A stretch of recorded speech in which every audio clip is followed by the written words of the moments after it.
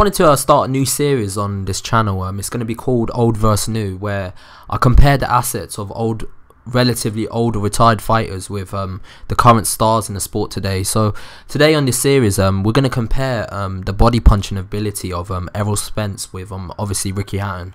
So in recent years, obviously ERROL Spence has come into prominence when he was a medalist in the Olympics. He was on an Olympic team for the US, and he did obviously recently win a world title off Kell Brook, and he's going to fight Lamont Peterson next.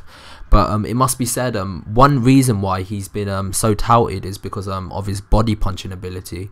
A lot of fans have obviously he's been a breath of fresh air for a lot of fans within the sport who have actually missed that aspect of the game. There's not been that many body punchers in the sport recently, in recent years, apart from I could think of a few like Canelo, maybe Chris Eubank Jr. at times, and also Golovkin. But generally speaking, body punching is an aspect of the sport that has historically been overlooked in the sport. There's not been that many body punching is not as obviously aesthetically pleasing to the eye to most casual fans compared to obviously normal head punching, but it is in a very effective way to actually close the distance on your opponent, sap his stamina, and also as the fight wears on, you can break your opponent down periodically. So obviously these two fighters, obviously ERROL Spence and obviously Ricky Hatton, are two fighters that do employ this strategy of consistent pressure to the body, but they both do it in different ways. One thing must be said, obviously ERROL Spence being a southpaw, he obviously has a different angle when he does actually choose to actually body punch compared to Ricky Hatton. Now obviously my thoughts on Ricky Hatton is that in my opinion he was a little bit overrated, but with him, and I'm sure I'm going to upset a lot of Ricky Hatton fans when I say that, but with him being overrated, one thing I can't deny about him was that he was an overachiever in his sport. He did accomplish a lot in his sport that is way beyond the realm of his ability in some sense. He's accomplished a lot more than someone with his ability would have done. He's similar to a Carl Froch in that sense. He's reached an elite world title level. He's won multiple world titles in different weight classes. He's fought the best of the best. He's obviously lost a few times to the best of the best, but there's no shame in that. But what must be said, one reason why I think Ricky Hatton was actually pushed by the HBO machine was the fact that he did make the sport, like HBO in particular, a lot of money. Whenever he used to fight overseas on his Las Vegas shows, he used to bring obviously 20,000 UK fans over with him, and obviously that generates money, that generates publicity, that generates obviously hype, and obviously them fans, they've probably made HBO and obviously just generally the city of Vegas a lot of money. So he was good for the sport, not just for from the perspective of being a UK boxing fan, but also from the perspective of the amount of money that he's generated for a lot of people within the sport and the amount of hype that he's brought along with it. Now obviously before he fought Floyd Mayweather, he was an undefeated fighter. That's another reason such a legacy has been attached to obviously ERROL Spence. Obviously the infamous sparring session that he had with Floyd Mayweather where he gave him a black eye, that, and obviously his other numerous sparring sessions with Adrian Broner, it's allowed him to actually build upon his actual resume. And although it wasn't an actual fight, it did develop a notoriety for him. The fact that he didn't actually care about the mainstream profile of the people he was sparring. If he's going to put it on you, he's going to put it on you. But it must be said, just speaking from a technical standpoint, I think ERROL Spence and Ricky Hatton apply different types of pressure. So with ERROL Spence, he does apply relentless pressure to the body, but he breaks you down periodically. So he's more jab orientated, okay?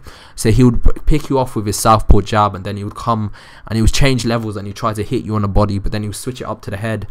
But his punches seem a lot more straight.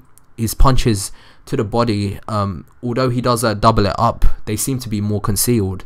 So he would throw punches to the head, but he would actually switch it to the body a lot more slicker than I think Hatton used to. With Hatton, and obviously ERROL Spence was a lot more subtle with his body work than Hatton was.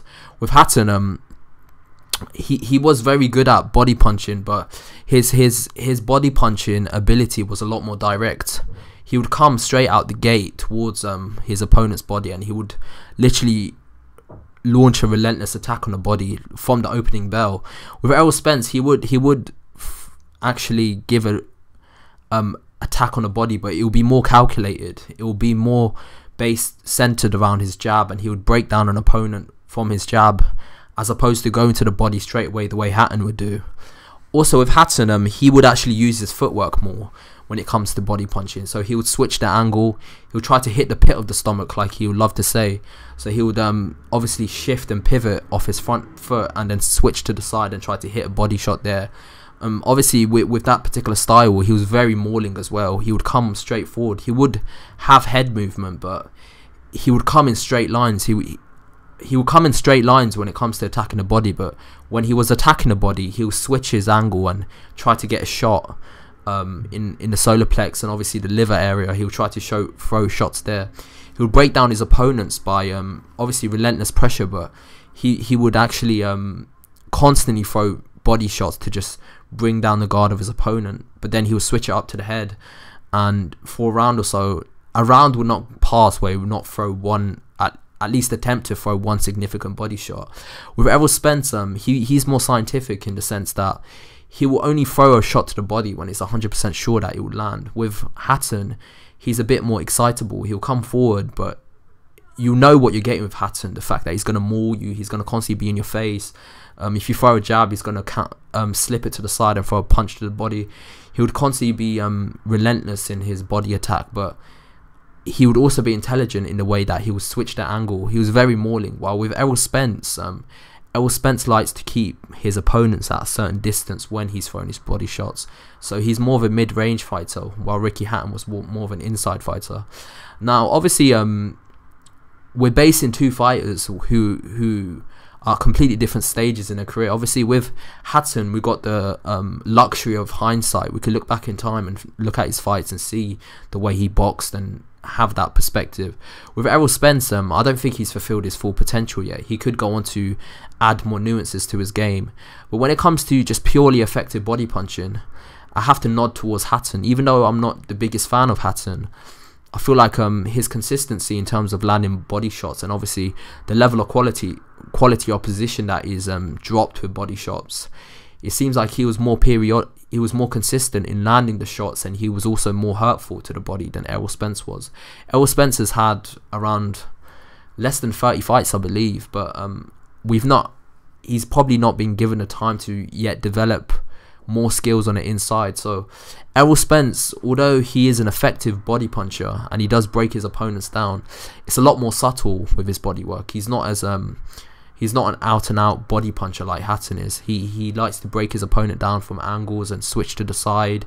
But with Hatton just comes straight at you, but he would switch angles when he was in the inside and he'll maul you, but you sort of knew what you was getting with Hatton, as opposed to obviously Errol Spence, who's a lot more subtle, who can box on the outside but sometimes goes on the inside, who provides relentless pressure, but he also he's a lot more subtle with his body punching in where he places his shots.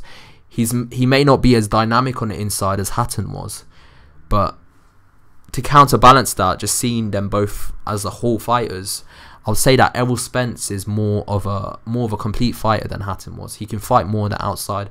Obviously, there were different fighters in the sense that Errol Spence is more of a taller, rangier sort of fighter who'd be more jab orientated. Not saying that Hatton didn't throw jabs, but Hatton seemed to rely more on just consistent pressure, and he did jab his way in from time to time, but his methods were a lot more crude, while Errol Spence seems a lot more scientific in his he's an inside fighter. However, he does have technical abilities where he can fight on the outside as well.